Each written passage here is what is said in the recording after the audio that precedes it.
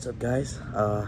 Welcome back to the Theme Park Wanderlust, and today we are in Lone Pine, California. So a little far from where we usually are, but Lone Pine is actually, or right next to Lone Pine is actually where they film a lot of movies, a lot of well-known movies, and hopefully most of you guys know where one movie was filmed there.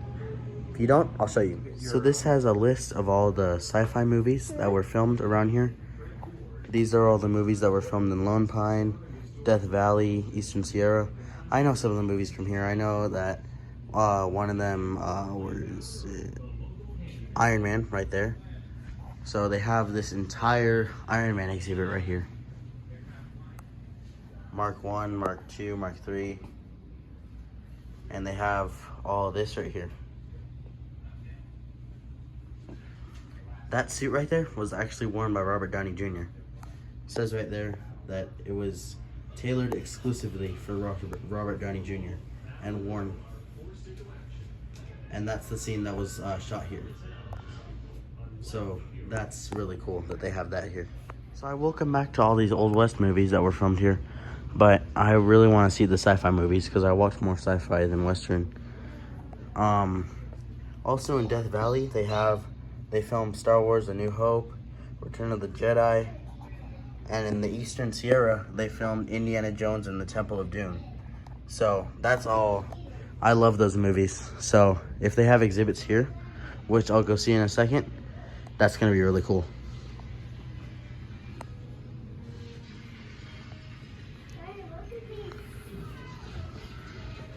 Here's a poster right here for Star Wars. Awesome.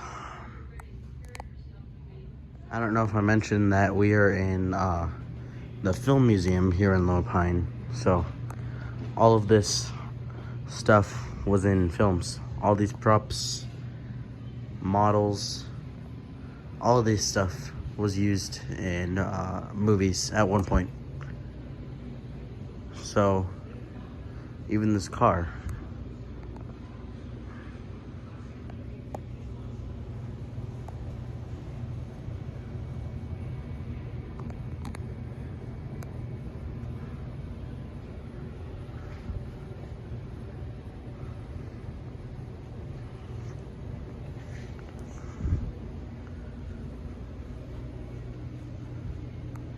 Gladiator was also filmed here. The first one. Haven't seen that one yet. I probably should watch that, but haven't seen it yet.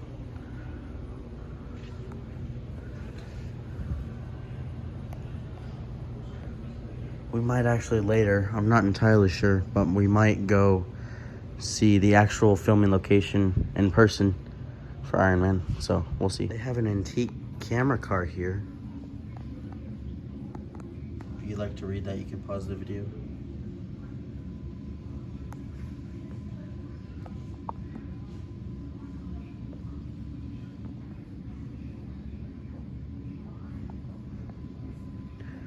RKO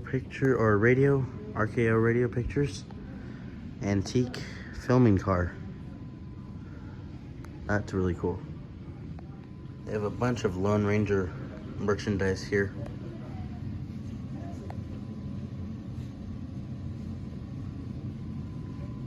This is the original costume from the Lone Ranger TV show.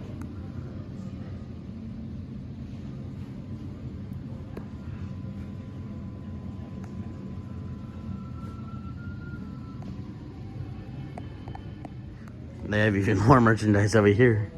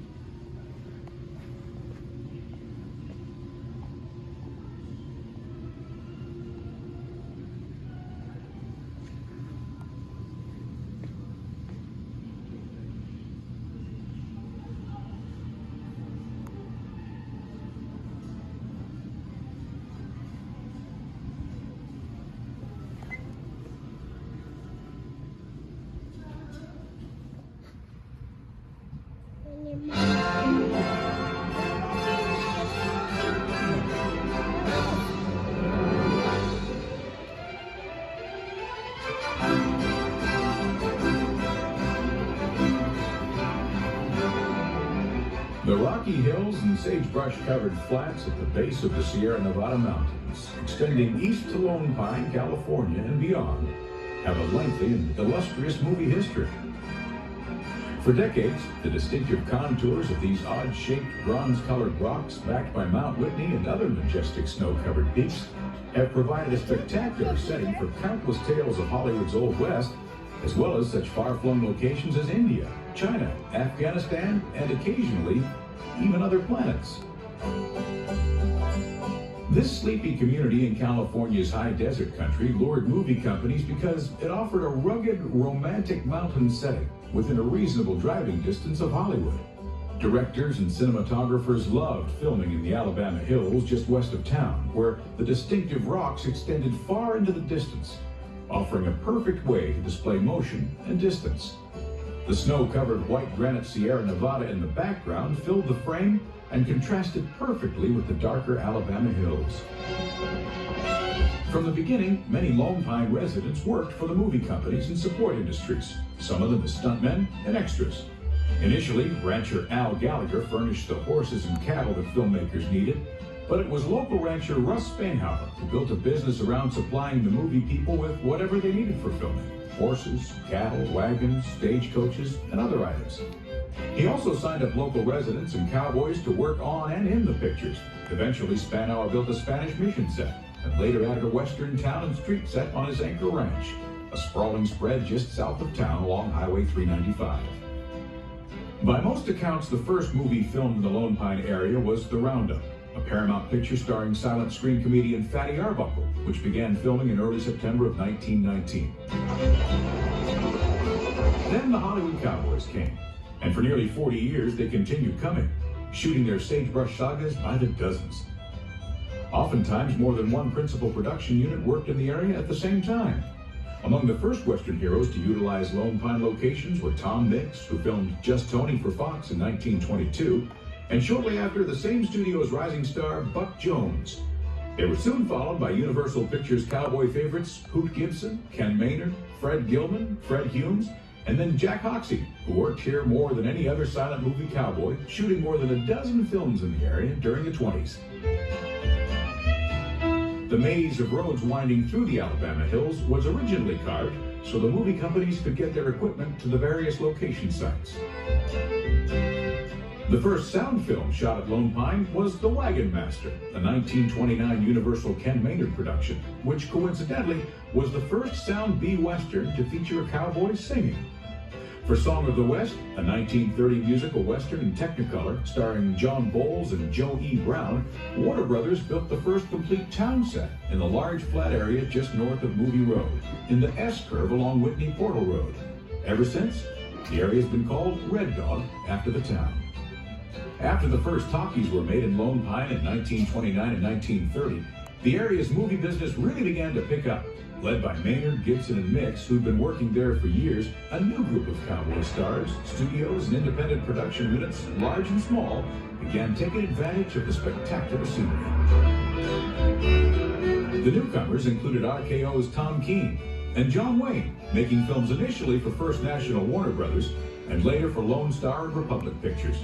George O'Brien and Randolph Scott, representing Fox and Paramount respectively, carried on Lone Pine's connection with movies adapted from novels by best-selling Western author Zane Grey. Scott's first trip to the area, to star in Paramount's The Thundering Herd in 1932, began a nearly 30-year relationship with Lone Pine that would not end until his announced retirement upon finishing Comanche Station there in 1960. During the Depression years, independent companies featuring such stars as Bob Steele, Tom Tyler, and Johnny Mack Brown shot movies in the hills and sometimes in the town itself, adding their fare to the seemingly endless stream of B-Westerns required to fill the thousands of theaters that ran Saturday matinees for predominantly young, thrill-hungry audiences. So this is Lone Pine. The narrow passes and rugged rocks of the Alabama hills provide the backdrops for hundreds of westerns featuring the biggest of the cowboy stars as well as the most obscure. Whether doing the chasing or being chased, the good guys in the white hats were a familiar sight in the Alabama hills. But it is a good guy wearing a black hat who is most identified with the Lone Pine area, Hopalong Cassidy. For hoppy, the area stood in for Texas or Old Mexico or Argentina. Or it was Wyoming, where the fictional Bar 20 was located. The opening credits rolling over a pan shot of the Sierra Nevadas as the theme Hills of Old Wyoming played softly in the background. William Boyd made 66 features starring as Hopalong Cassidy, and fully 30 of them were shot in whole or in part around Lone Pine. The other great character most closely identified with the area is the Lone Ranger. In 1938, Republic Pictures chose the Alabama Hills as the setting for its screen adaptation of the adventures of the 30s radio hero, filming what many consider the best movie serial ever made. 80 years later, the location for the key scene in the rocks where the troop of Texas Rangers was ambushed, leaving only one survivor, it's still referred to as Ambush Canyon. Hear the wind blow, boys, hear the wind blow. Late in the evening. Beginning in the mid-30s, with the mushrooming popularity of the singing cowboys, the voices of Gene Autry and Roy Rogers often echoed in the canyons of the Alabama Hills while their production units filmed. Can't you see me looking through the jailhouse bars? That's the hand, and that's our veil. That's the hand, and that's our veil. If they ask you where I am, say I've been on one chance, and that veil to the county jail. Even Tex Ritter made the trip up Highway 395 for a couple of his monogram musical epics. Oh, we will lamb, a little black buck from Mexico, they say. Come all the way to Texas. Just looking for a place to stay. Just looking for a home. Just looking for a home. But not all the Hollywood film companies came to Lone Pine to film cowboys. Early on, visiting film crews talked about the spectacularly rugged scenery when they returned to Hollywood. And soon, studio location managers realized that the Sierras could double as other mountain ranges. In the 1930s, actors, stuntmen, and extras garbed themselves as British soldiers protecting the Empire and roamed the Alabama Hills in Lives of a Bengal Lancer, The Charge of the Light Brigade, and Storm over Bengal. By far the biggest and most important production ever made in the area was the 1939 epic Gunga Din, which starred Cary Grant and Douglas Fairbanks Jr. Filmed almost entirely in the Alabama Hills, it utilized extensive sets built by RKO at great expense. Among them, an elaborate temple, an entire Hindu town, and a British Army post, complete with a parade ground. And for the 10 weeks of shooting, the studio built a huge tent city to house the film crew and technicians, as well as over 900 extras needed throughout the production for huge battle sequences. The 40s began with Tyrone Power and Humphrey Bogart making the trek up from Hollywood.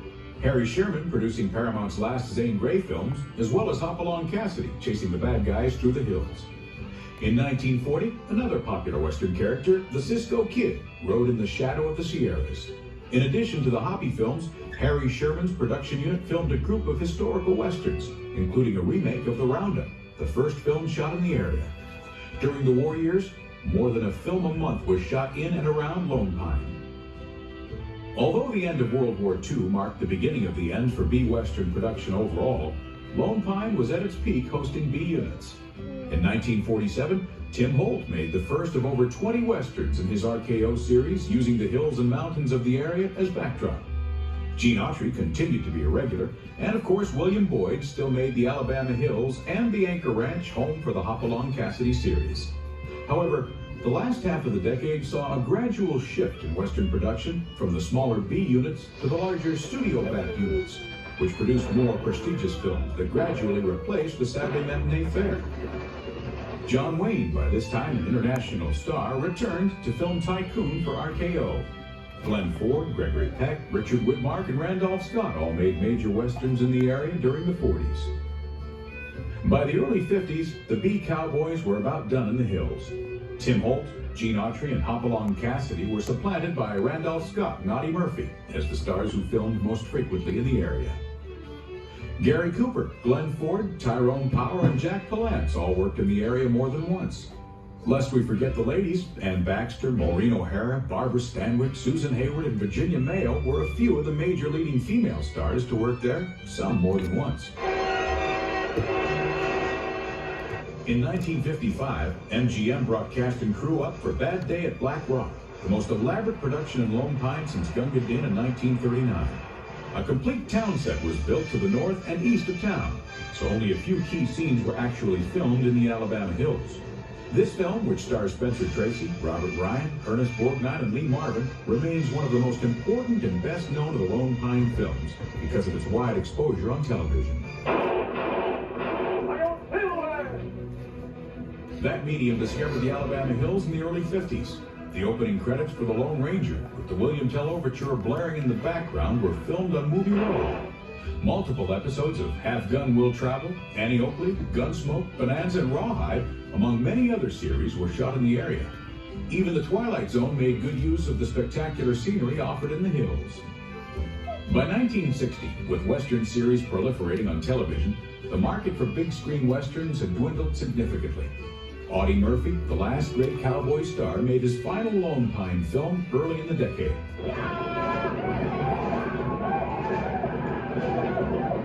Major sequences for 1962's How the West Was Won were filmed in the Alabama hills, using Movie Road for a spectacular wagon train attack by Indians. In 1972, Clint Eastwood filmed Joe Kidd in the area, but by that time the Western was a dying genre. In recent years, Lone Pine has become a favorite location for producers of science fiction films, most notably Star Trek V and Tremors.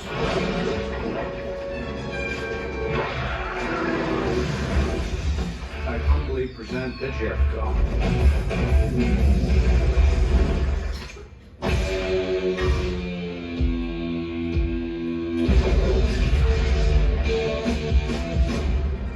Although movie companies don't come to Lone Pine as often today, the rugged landscape can still be seen regularly as the backdrop for numerous television commercials and print ads. Nearly every make of American car and many European models have been filmed on the back roads of the area. Motorcycle, bank, soft drink, and more recently even candy commercials have been done in the hills. However, today, tomorrow, or 50 years from tomorrow, whenever one thinks about Lone Pine's film heritage, the image that immediately comes to mind will be that of the American movie cowboy. Everybody knows when you go to the show, you can't take your kids along. You've got to read the paper and know the code of G, B, G, and R, and X, and you got to know what the movie's about before you even go. Tex Ritter's gone and Disney's dead and the screen is filled with sex. Whatever happened to Randolph Scott riding the train alone? Whatever happened to Gene and Tex and Roy and Rex the Durango Kid? Oh, whatever happened to Randolph Scott, his horseplay has to be? Whatever happened to Randolph Scott has happened to the best of me.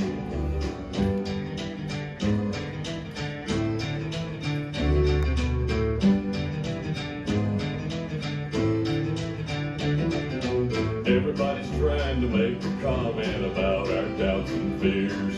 True Grit's the only movie I've really understood in years. You've got to take your analyst along to see if it's fit to see. Whatever happened to Randolph Scott has happened to the industry.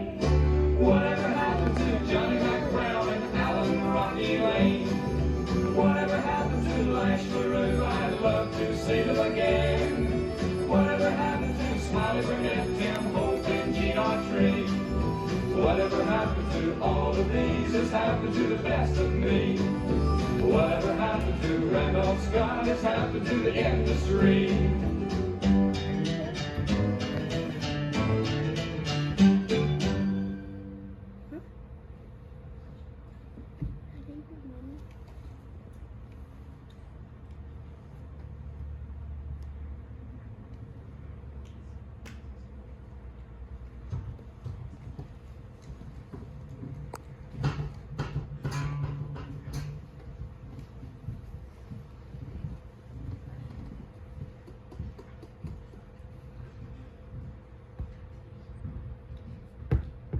Quentin Tarantino's newest film was also filmed here too, The Django. This is an actual prop that was used in the movie. And if we get closer, we can see some, you can see a little poster, shirt, and they even have the entire script signed by Quentin Tarantino and some of the cast. If we look over here, you can see the big poster cut out. So that's really cool.